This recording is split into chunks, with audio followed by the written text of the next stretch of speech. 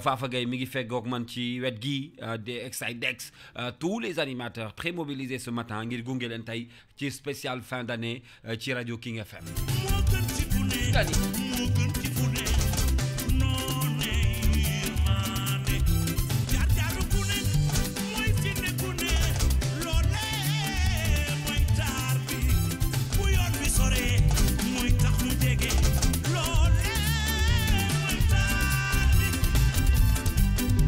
Idrissa Koulibaly, merci beaucoup. Et Idrissa Goudiaby plutôt.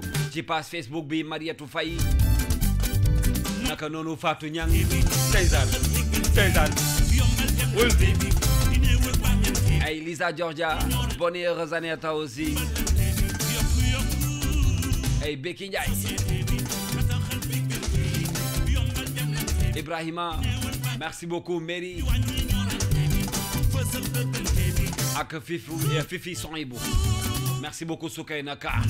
Oumi Ndiaye na nga def waay. Aminata Lo. Vous êtes quand même nombreux à nous écouter, di ñu suivre, di ñu bàyyi xel ci suñu page Facebook.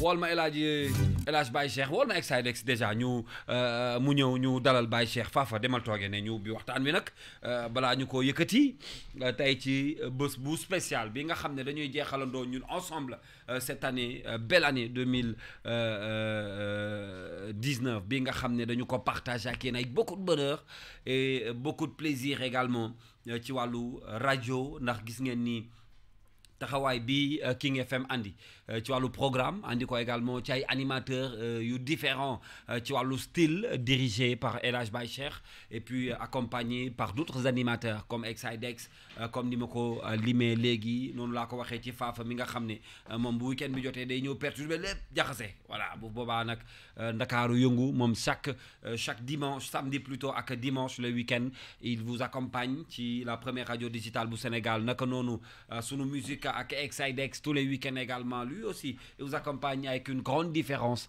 comme ni mu koy defee bés bu ne loolu waral moom aussi dina ñëw bokk ak ñun jotaay bi léegi jot nañ koo cof xam nga ex dama koo cof léegi bi ñuy waaj a jeexal te moom kenn du ko cof da nga koy jël ba mu jeex tàkk voilà kenn du ko cof da nga koy jël ba mu jeex tàkk raison pour laquelle dama koy delloo soit léegi ci studio bi mu ñëw yëkkati ay kàddu ex xam nga dama ne auditeurs yi Exidex ay mbiram kenn du ko cof da nga koy jël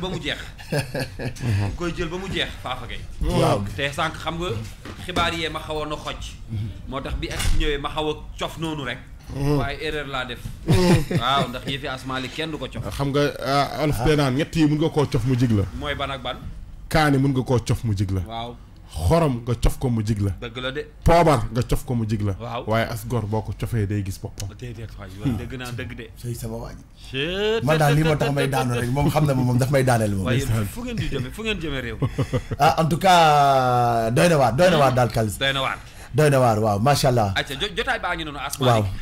Ils sont quand même très nombreux. boo seetee page Facebook bu King FM.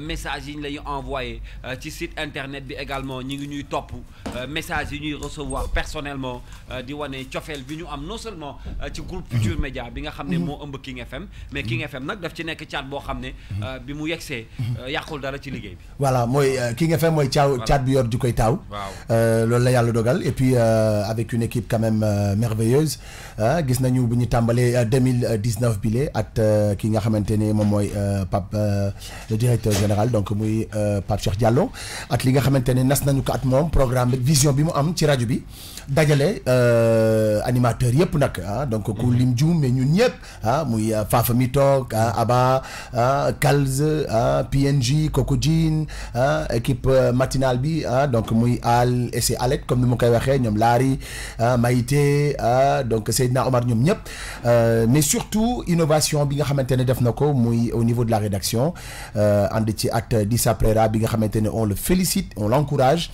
ci liggéey bu mucc ay bi mu def quand même mën nañu wax ne ci diir bu gàtt mu réaliser loo xamante ne rajo yu mag yi sax mënuñu ko avec une équipe jeune et très dynamique macha allah gis nañu ko donc déjà à la demi brève yi nga xamante ne doon koy def mais tamit rawatina Midi Culture bi nga xamante ni day joxe li nga xamante ne mooy information bi rawatina xale yi nga xamante ne ñoom la ci àndal mu wóolu leen dénk leen rédaction bi ñoom it di leen féliciter di leen encourager di leen souhaiter ñoom it nos vœux les meilleurs di leen wax ne rek li des ci kanam moo dàqati fuuf auditeurs yi nag ñoom amuñ seen fay ndax de par ma voix xëy na Pape Cheikh bu ñëwee dana ko wax auditeurs yi daf leen jox pàcc bu rëy ci wàllu liggéeyam ndax lépp lu muy def lim ci gën a bàyyi moom mooy auditeurs yi lan la ñuy xaar ci li nga xamante ne moom mooy rajo King FM donc mu aw ji ci li nga xamante ne moom mooy technique donc kooku nag dañ ci remercier Daouda Gueye bi nga xamante ne moom mooy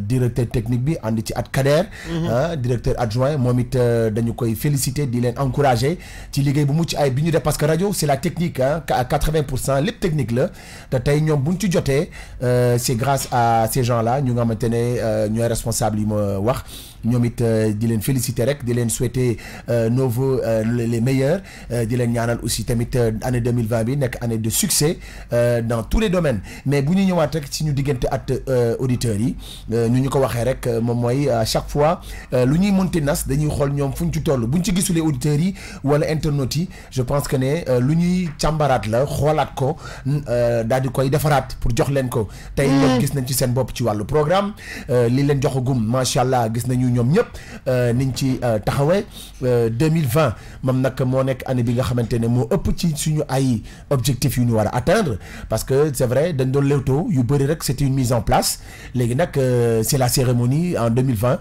ñu daal di nag xool dérouler émission ak programme yi nga xamante ne def nañu ko comme ni ma ko waxee woon nag ça va être une radio non seulement musicale digital mais radio cadeau radio la boo xamante ne radio cadeau lay nekk ce sera justement pour auditeurs yi ak internautes yi lépp loo xamante ne rek tey ñun ñu ngi koy nas danañ ko fexe bokk ko at ñoom bañ ci gis seen bopp rawatina cadeau yooyu nga xamante ne incha allah bëgg na leen ko jox mu nekk une radio cadeau pour 2020 cadeau yooyu ngay wax sax dinañ ko tàmbali léegi ci kanam ci 88 628 99 90 waaw xam nga ni ñi ngi ci concept Teranga Sénégal bi nga xam ne Futur Média da ko andi ngir bégal ñi nga xam ne dañu yàgg topp groupe bi muy téléspectateurs yi di auditeurs yi lecteurs yi ak internautes yi ñun nag dañ ci am ñaari pàcc muy internautes yi nga xam ne ñu ngi ñuy suivre ci digital bi ak auditeurs yi ñuy déglu ci 99.4 raison pour laquelle dinañ leen gunge pendant presque juste après sax fête yi di leen accompagner fii ba tout au long de ce mois de janvier jox leen ay xéewal yoo xam ne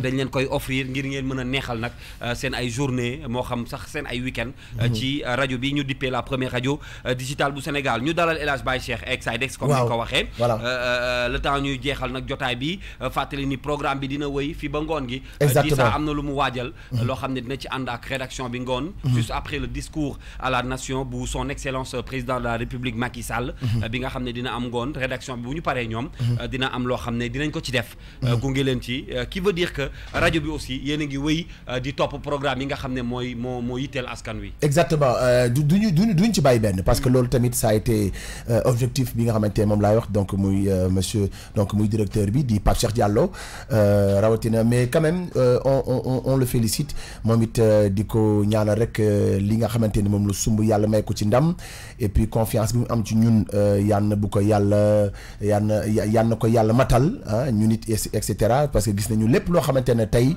ñu ngi koy dérouler rek ci bien sûr vision am la donc moom Pape Cheikh ñu ngi koy vraiment souhaité waaw mais dana ñëw mais en tout cas ñun ñu ngi koy féliciter encore comme li ma wax de la confiance ci liggéey bi nga xamante ne sumb na ko àndu ceeg ñun ak équipe beeg animateurs yi yëpp gis nañu à chaque fois mi ngi yokk programme yu bees donc tout le temps des nouvelles idées 2020 tamit am na ci bëri yoo xamante ne incha allah ñu ngi koy préparer xam naa du ñàkk ñu fësal ko wala moom mu fësal ko rek bu ñëwee toog incha allah bëggoon naa laaj Fafa mi nga dendel naka la dundee expérience am ci King FM en 2019 expérience bi ni ma ko dundee Kals mooy man j'ai jamais fait la rajo niñ ma yaatal bi ñu ma yaatal moom moo njëkk impressionné parce que dama fa fekk ay professionnel te man dama nekk nit kuy déglu nit kuy xool man genre nit boobu laa mën naa ambiance mais damay déglu damay bàyyi xel damay xool te yàlla bul dimbalee nga nekk ak ñoo xam ne c'est les meilleurs yàlla def na ko fi ma nekk nii y a que des meilleurs Exidex fu mu nekk Pape Cheikh Diallo nekk fa. Kalsa nekk fa Koko Ji nekk fa. nekk ñi nga xam ne ñoo gën a xarañ ci animation sénégalaise ñu boole leen ci benn rajo. nga ñëw fa yaakaar naa ne bu nekkee ku nite tuuti nga rek. doo am difficulté. ma dund fi expérience boo xam ne daf ma bett man sama bopp. parce que yaakaar naa moom su ma ñëwee aisance boobu dinaa ko am. ma ñëw ngeen mettre ma à l'aise ex Pape Cheikh. yaay borom juddu réew mi nag. may doomu juddu réew mi lenn rek laa amoon man bi may ñëw fii lenn. ambiance rek laa am bi may ñëw fii. maa indi fi ambiance ngeen jël ci man def ci man xam-xam dal ak comprendre parce que àdduna loo gis rek comprendre daf ci am solo. ngeen def ma comprendre comment parler comment s'exprimer yaa ngi dégg yooyu yëpp ngeen def ko ci man may doxal nag. ngeen mettre ma à l'aise aw ma benn pression xam nga di liggéey te amoo pression. dafa neex tamit day dalal sa xel. xam nga programme bi may gis samedi ci rajo bi. man mosuma ko gis ci rajo c'est-à-dire que tu as entre 14h. jëm 16h Olibi qui Casto. moom yëngal Galsen hip hop bi ba Sénégal yëpp nangul koko. et puis juste après y a Exidex qui vient vers 16h jëm ak yow 18h. mais jamais vu. c'est-à-dire que entre 16h ba 18h lu ne ngay am. ci Exidex ak sunu musique. c'est-à-dire tu vas voyager. écouter de la bonne musique ambiance. et maintenant nag li ci gën a neex mooy ni muy ñëwee week-end bi du ko ñëwee week-end ba ca des. voilà à chaque fois il vient avec sa passion et puis donner aussi la possibilité à la nouvelle génération. La dernière fois quand j'écoutais possibilité yi ngay jox Sidi Diop yi ngay jox ñeneen ñi pour montrer vraiment aujourd'hui que y a une nouvelle génération qui est là boole ñaari génération bi nga xam ne fekkee woon nga ko yow bi ñuy tàmbali ak bu bees bi nga xam ne suñu borom mayaat na la kàttan nga fekkewaat ko ça c'est vraiment de l'expérience boo xam ne sooy déglu da ngay xam ne lii ñu lay jox nii vraiment animation bu baax bi la et puis nag voilà bu ñu paree nag guddi gi ñëw waaw faa fa yëngal bu ñëwee rek ñu jóg taxaw juddu Ndakaaru bu ñëwee xamal bu jógee taxaw gel tàccul ma ko waaw bu jógee taxaw gel tàccul ma ko waaw bu jógee taxaw gel tàccul ma ko bàyyi ma dugal directeur directeur bi yow ni nga teeroo sa directeur dama koy ni nga ko teeroo xam nga directeur dafa am dugal yi boppam daa am nu ma koy dugalee dama ko daan cokkee doom noppil ndeysaan sa yaay woote na cokkee doom noppil sa baay woote na cokkee doom noppil xanaa kon Kalsi ngay jël mu wax cookeer la xale ba wax ja jeex ayca ni ñu leen ko junjee woon boobu léegi yaakaar naa dañ koo xëyee tey depuis 9h ambiance bi la ñu xëyee ànd ak famille bi yëpp muy famille King FM tàmbalee ko ak rédaction bi ñu xëyee ñu gunge leen ànd ak yéen nekk ak yéen partage ak yéen et puis génnee nag suñu ay vœux ak ñaan yi nga xam ne ñaanal nañ ko suñu ay auditeurs ak ñi ñuy liggéeyal may fàttali bi ñuy tàmbali message bi ñu ngi ko commencé ak Mbaye Dieye Faye bi nga xam ne tey moo jël kàddu Youssou ci commencement bi remercier encourager rafetlu liggéey bi nga xam ne moom la King FM nekkee boobook léegi ñu am nag plaisir bu mag maa ngi koy annoncé sànq ba léegi su ma ko annoncé génnaat wëri ko xam naa ni mu dem taxawaal mu dem foo ko neex wëri ko ñu andiwaat ko déggoo ma ni est-ce que duñ dem jàpp ji directeur taxawaalu andi ko ci xam nga directeur lu mu gën a bëgg ci àddina waaw bureau te bureau da koo yeesal moo tax mu toog ci bureau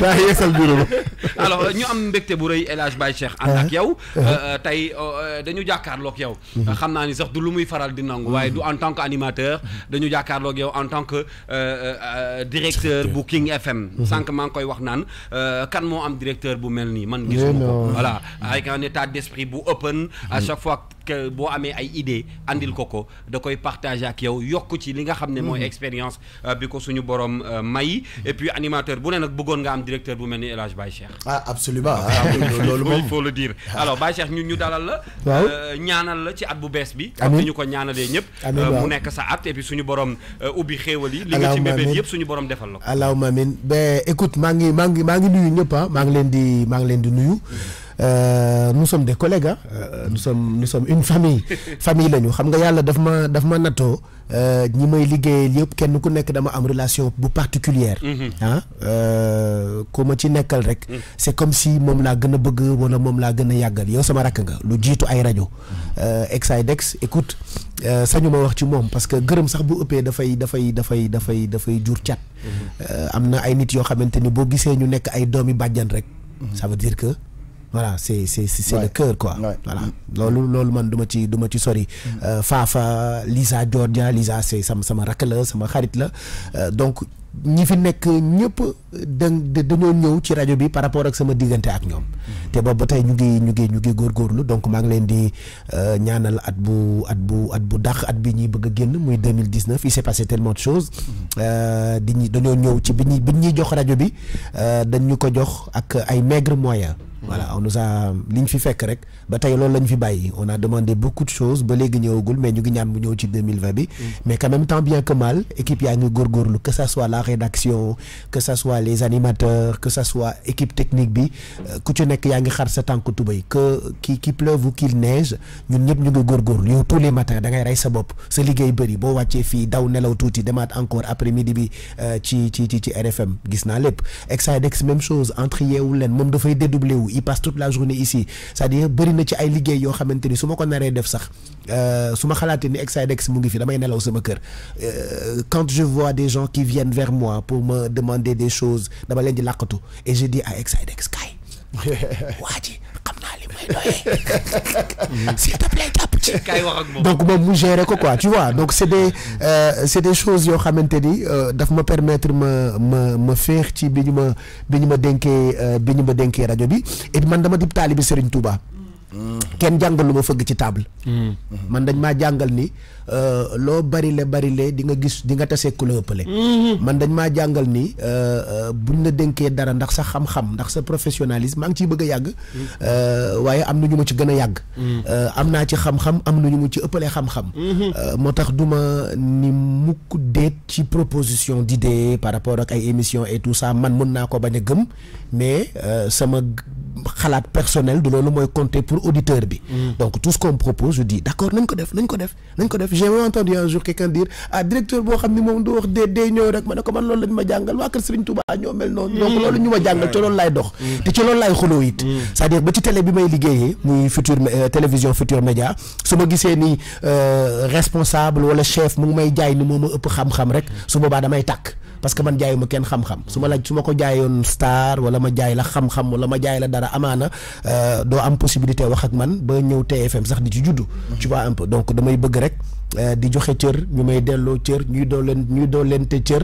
te boo ma joxee cër ma doon ab taalibe waaye boo ma joxul cër itam ma doon ab boy taawum doo ab bandi gajangeer boy ak carte ci ay taam yëpp laa mën nag damay jaay gerte damay jaay chocolat mën naa jaay caaf léegi comme waa Dakar mën naa jaay itam Champs-Élysées chocolat comme waa Paris mën naa la jaayal aussi yamba bu bëri comme waa New York man noonu la ma suñu borom bindee donc damay sant yàlla ci équipe yi nga xamante ni ñoom laa jiite fii ci rajo bi je dis pas jiite parce que bi ma ñëwee rek yëfi bawal laa def dañ maa dénk rek ma ni bon xaaral ma def stratégie daal di jël ay borom xam-xam Exidex Lisa Georgia Koko Ji Daouda Kader ku nekk ma ne la écoute lii ak laak li la parce que xam naa expérience bi nga xamante ni am nañ ko ñoom et boobu ba tey ñu ngi dawal que mu neex que mu naqadi que ñu jox ñu moyen que ñu jàkk ñoo jox moyen rajo baa ngi góorgóorlu et yàlla baax na ci 2020 bi damay dégg di faral di wax ci démb ñu Exidex ak ñu bëri que tàmbaleeguñu sax maanaam li ñu bëgg a def yëpp ci King FM defaguñ ko parce que amaguñu li ñu bëgg et pourtant les auditeurs ils sont tellement fidèles ci programme bi nga xam ne teg nañ ko oui xam nga rajo moom ba ci bu communautaire bi sax dañ koy déglu Raay bi FM am na ay auditeurs boo demee route de Boune dañ koy déglu boo ibbi woon tey rajo sa buntu kër sa biir kër sa waa koñ du ñàkk ñaar ba ñetti ay nit yoo xamante ni dañ lay bëgg yow am nga sa public man am naa sama public Fafa am na publicam Aba am na publicam Lisa Exidex waxi nopp tu vois un peu loolu moom ala kuli àll da nga koy am léegi nag dafa am loo xamante ni mooy yokkute bi mooy ñu jox la li nga laaj donc ñun li ñu laaj fekk joxuñ ko dinañ def nag suñu liggéey rey suñu bopp et àndandoo ak ñiy déglu rek et tout ça mais il faut que ñu yokk voilà ñamatoo si affaire yooyu pour affaire yi gën a yéeg ci kaw quoi. oui ex waaw comme ni mu ko waxee rek 2020 dana nekk année boo xamante ne comme ni ñu ko waxee rek dañuy dérouler parce que bëri na ci yoo xamante ne ñu ngi koy togg ak moom bëri na ci yoo xamante ne moom sumboon na ko ba ci biir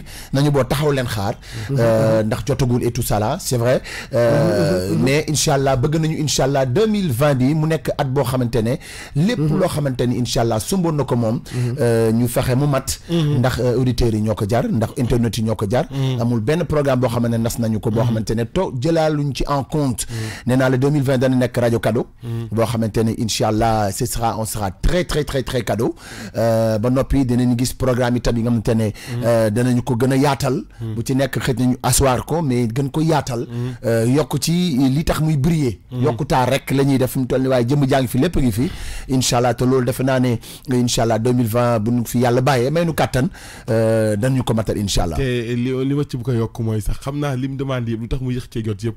ci xarañam la.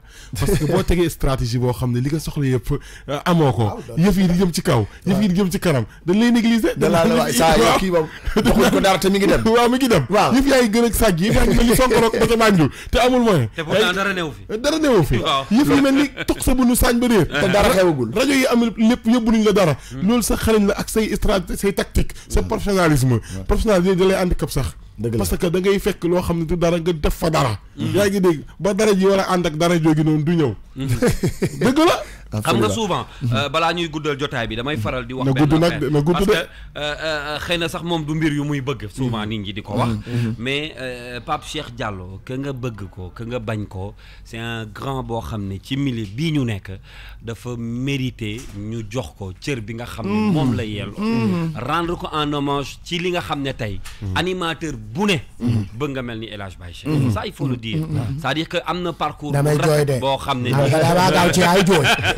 am na parcours boo xam ne excited ci yoon bi macha allah rafet na mais aussi teg na ko fi mu ko war a teg tey damay jël un exemple des fois damay toog sama oto nii di déglu wala ma ànd ak nit ñuy may déglu yeneen animateurs yi ma ne ndeysaan dafa def li muy def ba pare bàyyi leen ko léegi ñoom ñëpp ay El Hadj Baye mais loolu la c'est-à-dire ñëpp ay El Hadj Baye lu waay di def bu ci amul ni ci roy baaxul c'est-à-dire que ñàkk ñaanu musu ko revendiquer c'est-à-dire que loo xamante ne tey képp koo xamante ne yaa ngi ci bande FM bi ñun suñu génération bokk moom xam na li may wax ñun ñëpp c'était bonjour ça va mooy bi fi nekkoon mais il a quand même te ma mën ko lool nag mën ko lool mi ngi ci moom mais daf ko liggéey moom la ñu wax la reconversion c'est-à-dire que am capacité wu daan na waaw merci beaucoup pousse te nag samedi soir yaa yàgg dafa doon suñu mentor ñun ñëpp nga xam ni fépp la mëne dafa doon suñu mentor ñun ñëpp jël émission bu gënoon rëy sur la bande FM boobu Michael Souma ko def muy génération 3Z boobu looloo defar musique tey képp ku fi artiste Sénégal ngay yaa xam wala foo yëngu émission boobu jaar nga ci rêve la nga jaar ci il a hérité yor ko téye ko doxal ko mais bi mu demee ba ci biir it mu andi lu bees xam nga loolu bu doon keneen la wala bu doon man la danaa toog ci penc revendiquer ko mais musu ko revendiquer au contraire bés bu nekk xam naa ne du ñàkk mu taxaw déglu ñuy déglu ñun ñëpp comme ni ñu koy waxee il nous écoute il nous envoie des messages di nous encourager tout ça ba ci man mi nga xamante ne à un moment je me suis dit sama reconversion ci moom la jaare ndax lu ma toog waxtaan ak moom mu ne ma c'est possible te mu yombalal ma ko won ma yoon bi et puis comme on dit macha allah nit nag da nga koy jox cëram dama ne As waaw animation bu neexee loxo ma ngi ci de yow it li fi xew rek ñëpp ngewel gi fi mu toll réew mi fi mu toll ñëpp xam seen maam waaw jeex na te ñëpp xam na nag dara dàqul nag dara waaw nga jël li nga moom tey fierté bi ñu am nekk sénégalais nekk wolof di ko wax ba nga xamante ne boo jàkkaarloog moom loo dégg ci français sa fi dana tëf-tëfi parce que xam nga ne sa français danaa la boo commencé mu la samaay jële ko donc muy yow muy kuy sol costume muy ko mënti doon fexe na tey bu dugal ci xolu sénégalais yi li ñu moom ñu jël ko avec fierté et puis naturel à la radio naturel waaw naturel loolu moom mooy lim ñu jàngal ñu ñëpp ci télé ñun ñëpp bi ñu demaa lenn rek lañ doon moo tax soyez naturel ba ci du bañ sax ba def la ko en direct pour nga xam ne loo ci ragalu ko ci mais tu vas appliquer parce que lim la bëggal la donc après c'est d'impliquer même l'auditeur ci sa biir univers yow mu ànd ak yow parce que c'est naturel exactement alors Red Chef daf la rejoindre muy di sa préra moom aussi touche bu bees la ci arrivé toogal ma wax sama dernier mot Pape Cheikh rek dama toogal billaay wala damay bàyyi rek kon du ma ko wax li ma bëgg a wax. du ma ko wax. man dama ko doon bind samay message comme da ngeen mën a wax ay wax yu rëy. naa dul nangu benn màggatu animateur di ma jooyloo. Ex mi nga xamante ni 1949 lu ma def benn rek def na double bi. ay màggatu animateur yu may jooyloo laa dul nangu fii tey. xam nga dafa am lu am da nga am foo laal balaa maa jóg parce que nag di saa bu yegsee damaa war a jóg nag tuwaat fakkaal la waaw mais dafa am lu ma bëgg a leeral man comédien laa woon di théâtre di wër di théâtre papa yaay doom ba tas génn fa def théâtre expérimental muy théâtre professionnel mais benn nit moo tax ma bëgg animation bàyyi théâtre bi bëgg a def animation télé. moo tax xale yi ma gis ñu niroog yow Géejawaay Arcos Pikine Arcos Thiès. Arcos Dakar Arcos Kaolack Arcos Tamba Arcos Kaolack dama ko toj. xale yi dañoo festival juri dama ko toj. gis naa ñu bëri ñu niroog yow. dañ may roy. musuma gis loolu. ma bàyyi leen fa roy keneen. jël say jukko ba sa kanam sax dañu niroog yow. bàyyi say ngay def li bëgg a wax ko baax ko Sénégal. Kals maa ngi waaj wax yëpp de. moo tax Arco boo dem rek fekk naa fa xale bu niroog. papa yaay doom. lii laa wax nii. pourtant dafa bokk nag. maa dal la koy jiiñ waaye di yow. Pape ay li ngay def booy pep yi di def animation. mais xam nga li garaaw. balaa maa wax li ma bëgg a wax ma leeral. animateurs yu ndaw yëpp ay Baye Cheikh lañ. loolu jot mat naa laajte lan moo waral loolu. loolu moo tax ñëpp niroog Baye Cheikh ba pare di waxee comme Baye Cheikh. di solo ni Baye Cheikh. loolu code la loolu tamit nag nekkul imitation rek. loolu leneen lañ ci ginnaaw. waaye li ma ci bëgg a leeral mooy. wallahi azim moom laa seetaan muy def 2S show. 2S show entrée Baye Cheikh rek ma daanu. première émission ba entrée ba dugg si ba nuyoo ba. ma daanu mooy bëgg invité ñoom Thione Seck invité ñoom invité. yàgg nag di loolu moo tax ma bëgg a def télé ma bàyyi théâtre di wër casting télé yi. casting bu ne ma dem fa di def lu ne ba dugg des TV c'est yàlla ak Baye Cheikh la Baye Cheikh moo tax ma bëgg télévision ndax ni mu naturel ak ni mu fënee ak ni mu nekkee Baye Cheikh ci télévision looloo tax ma bëgg animation télé ba mu cee am unité yaa ngi dégg bay mën a toog fii Baye Cheikh léegi jooyloo njaago bi sax barke alxuraan kër dëgg la du ma ko du loo xam ne dama koy soo wax wala ma koy ragal wax parce que nit ki nag balaa ngaa rey tubaab rey nu ne sa réew nit ki da nga koy jox wàccuwaayam nit ki da nga koy teg fi mu nekk Pape Cheikh Diallo il est unique ci animation Sénégal nañ ko nangul ni ko yàlla def nit ki da nga koy jox wàccuwaayam groupe bi Pape Cheikh dafay def loo xam ne tuwaa fakàlla macha allah nit balaa am ko fay defet da liggéey ba dee da liggéey ba desete wax naa ko baax na de nee naa ko tu es un grand homme un grand chef aussi ce groupe que vous avez tant offert ne peut rien vous refuser parce que yonent bi di nga fi am lu ne Baye Cheikh Diallo Sénégal gi di nga fi am lu ne ndax da ngaa bëggal ku ne sama waajur da bu góor da nga ko bëggal ba mu dëddu sama waajur bu jigéen yaa ngi ne di ko bëggal chaque jour di ma bëggal man ba may bëggalaate waaye rakama ngi nii kaay ma jox la kaay maa lay jox kaay nii maa lay jox rakama ngi nii kaay maa lay jox yow kaay tey maa lay jox tey maa lay jox mais gis nga li ñu ngi c'est vrai hein Pape Cheikh du ñu am occasion bi pour remercier parce que tu ne le permets jamais mais buñ la ko waxee buñ la ko waxul yow xam nga on te remerciera jamais assez.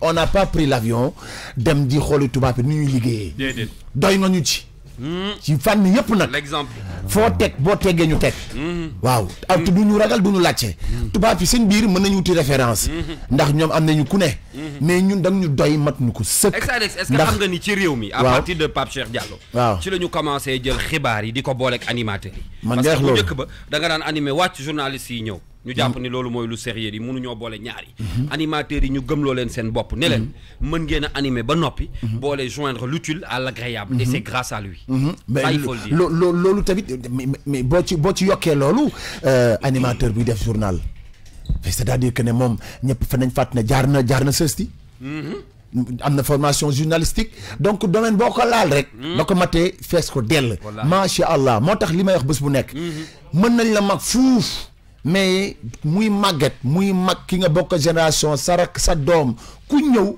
inshallah dana la wax lii ñu lay wax. mag ñee la jàngal waaye yaa jàngal ndaw. mais c'est tout c'est da nga ñu ci doy da nga ñu ci doy te li may wax rek bés bu ne man damay wax ci moom damay aal. ndax moom xam na li parce que dama xam animateur dama yàgg ci métier bi. ñun ci wàllu hip hop bi amul luñ fa deful. tu vois donc macha allah bu ñu gisee nit koo xamante ne tamit mi ngi dem xàll yoon. te mu lenn yoon bii ñëpp xaj nañ ci. ndax am na yoon yoo xam ne leen yoon bii du dem. mais yoon boo xam ne ñëpp xaj nañ ci. te nag bu gëstoo li muy mënti def muy ñun muy télé ba mu ne. bu ko neexoon xatal ñëpp def émission moom rek du ko bokk ak kenn. yeewu leen moom rek mën na ko def. démarrer 7 heures du matin ba 11 heures. mais amul lu muy nas ci télé bi.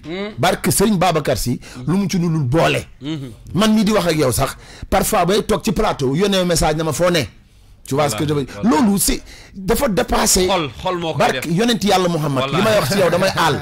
moo tax li ma la wax bés bu nekk doo ma mës a dénk dara di ci am gàcce. parce que liggéeykat nga ko amal affaire. dama la xam sa liggéey. macha allah yal na yàlla lafal cat rek. yaa ngi liggéey waaw ñu ngi góorgóorlu yal na yàlla lafal cat. télé ñun fii lañ ko commencé. 2STV lañ commencé di pop feeling donc yàggul dara. TFM bi lañ commencé. di def télé.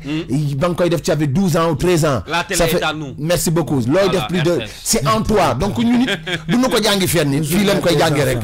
macha allah te peñewu ndeysaan ba tàppal. waaw ba te macha allah. amoon benn simis velours bu bleu. amul ndaanaan ci réew mi te gis nga xam nga Yeewu Leen mooy émission gis nga kal émission Yeewu Leen mooy émission bi jël ndaanaan yëpp nag muy politique lu mu mënti doon mais ku ñëw ba toog ñun li ñuy njëkk impressionné mooy pour ñun guleet li ci Pape Cheikh mais waa ji bu nee der rek li muy njëkk a def moom mooy fàttali il y a 10 ans wala 12 ans bi ko Pape Cheikh jox invité woon ci émission donc finalement tu te dis mais quand même il faut rendre à César dafa yàgg ñun dan la koy man dama la koy wax fii soxlawuma référence ci télé duma ko jàngi bitim réew doy nga ma ci te xam naa ne du man rek laal yokku nag dafa am xam nañu ku ci nekk ku la laal ku ne xam nga lu yokku ci yow ak lu wàññeeku ci yow ñu ngi lay remercier man en tout cas personnellement maa ngi lay remercier doo jug ci duñu encourager duñu ku ñu laal sax nga jël ko def ko sa xeexu bopp ku ñu laal sax mu jël ko def ñu sax ñun def ñu njaboote carrément ku ñu laal Yeewu Leen on est intouchable et vraiment yal na la yàlla fay man j'ai jamais eu l'occasion mais Pape Cheikh yal na la yàlla fay sa xol yal na la yàlla fay sa xol wallahi man li may wax toujours tu es l'absent le plus présent dans ma vie loolu rek doy na soxla duma la gis bés bu ne man yow xam nga man xam naa jërëjëf alors balaa ñuy jeexal Dissa Préra moom aussi expérience bu mag la woon ci man wax naa ko sànq en 2019 et c'est grâce à Pape Cheikh Diallo bi nga xam ne moom moo am confiance dénkuñu tranche horaire bi nga xam ne moo di 9-11 pour ñu mën cee dama bëgg lekki banana. Non parce que dama commandé benn nen bu ñu baxal ak 3 bananes donc benn nen bi laa lekk ak benn banane bi. mais ñu da ngay cob 3 bananes. mais man nit laa tamit. dama njaago. yow njaago nga wala nit nga. mais 3 bananes. yow njaago nga wala nit nga. non 3 bananes laa. waaw ma question 3 bananes laa. question bu crucial. njaago nga wala nit nga. man disons tey je revendique mon njaagoyte. Njaagoyte tey je le revendique. En plus non en plus je suis le njaago de l'année. loolu Ndeye Mati waaw loolu yàlla def na ko. Ndeye Mati moo ko tabal. waaw yaay njaago de l'année. Ndeye Mati moo ko tabal. kon bravo. non xam nga lu tax ngay dëggal ni tu es le njaago de l'année.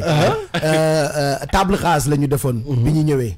C'était une radio musicale. Effectivement mais le journal kese la ñu amoon c'était le journal de la culture. présenté par Kiki. waaw Kiki. et ma yàgg la fu ma romb parce que dama yàgg ak Dissa Préra.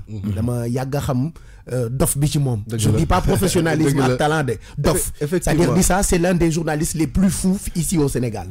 ma teel a détecté folie yi nekk ci boppu Dissa. te loolu du ñëpp ñoo ko xam.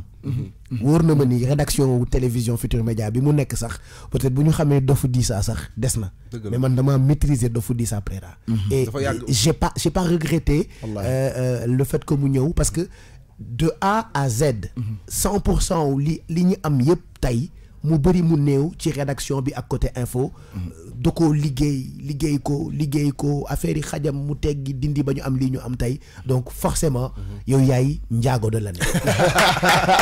En tout cas merci mais Kals bon Pape Cheikh en fait bu ma xam lan lay wax ci moom y a tellement de choses à dire que du ma xam fan lay commencer fan lay jeexalee. Je pense kii wax na que humainement man xaw ma sax la laa koy wax dama koy bàyyi ak yàlla.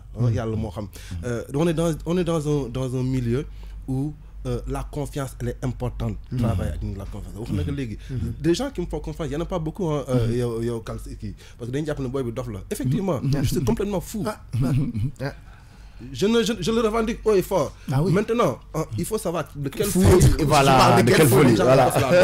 Mais, je me rappelle, à vous de juger. À l'époque. Je faisais les reportages. Ça fait 10 ans. Ça fait longtemps. 15 ans, 10 ans, 12 ans. 2004, C'était à la 2STV. Donc, du taille. Donc, si je fais confiance, je me suis dit, parce que du def ma confiance nii rek. gratuitement voilà daf ma gëm daf ma jàppale daf ma wax naa ko sànq joxuma bopp rocc làmmiñ. tu comprends un peu daf ma jàppale daf ma.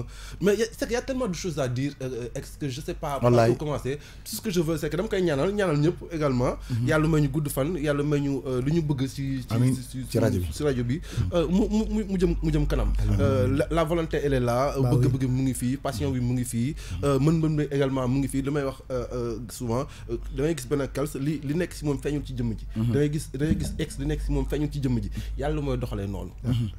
waaye nag li nekk ci biir souvent mooy gën a am importance maa ngi koy wax sànq ex c'est quelqu'un qui m'a beaucoup soutenu ici qui m'a beaucoup mais énormément soutenu et loolu je tenais également à le dire. Je reçois doguma la quelqu'un qui nous connaît bien je vais taire son nom qui dit même rédaction bu TFM sax xamuñu di ça. Tu as vu comme quoi. dëgg la machallah en fait. machallah merci beaucoup donc. C'est un travail d'équipe et également comme wax naa ko sànq xale yi également xale yi ruslowuñu man personnellement malgré tout voilà malgré tout ils sont là ñu ngi téye wax naa ko sànq ils acceptent d'être entourés par des grands frères.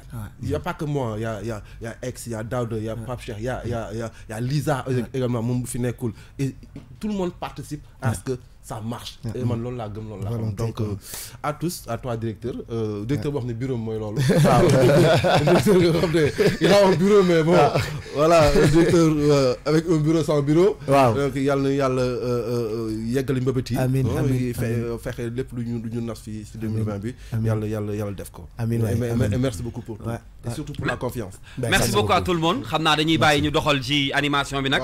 ngeen yendu ak moom di nga dellu si ci kanam boori 20h. xanaa ma may leen bonus bi rek ngeen jóg ak moom. ban la ci